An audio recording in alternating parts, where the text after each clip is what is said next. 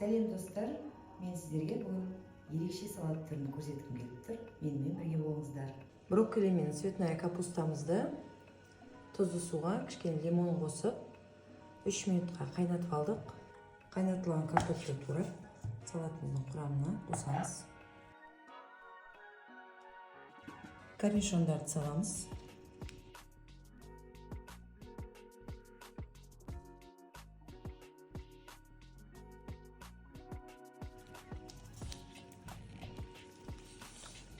Салатымыздың құрамына селедка балығын қосатын боламыз. Қызыл жуа турайм.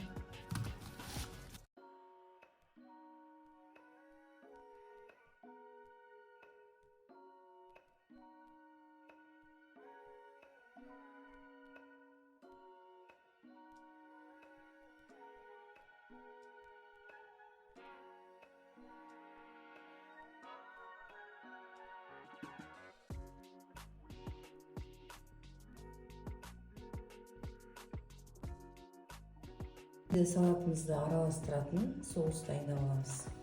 Ол үшін бізге май керек.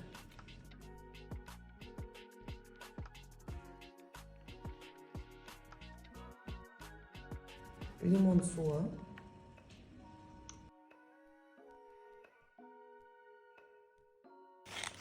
Қара бұрыш.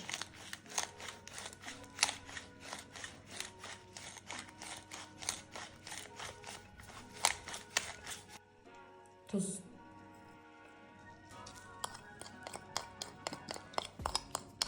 Дайындап қойған қоспаларын.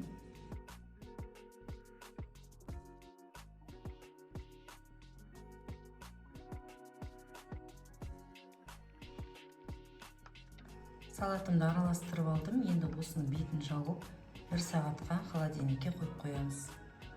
Қыздар, менің жасаған салатым өте дәмді. Салқын кезде жұмыстан келіп жей қоюға өте қолайлы салат.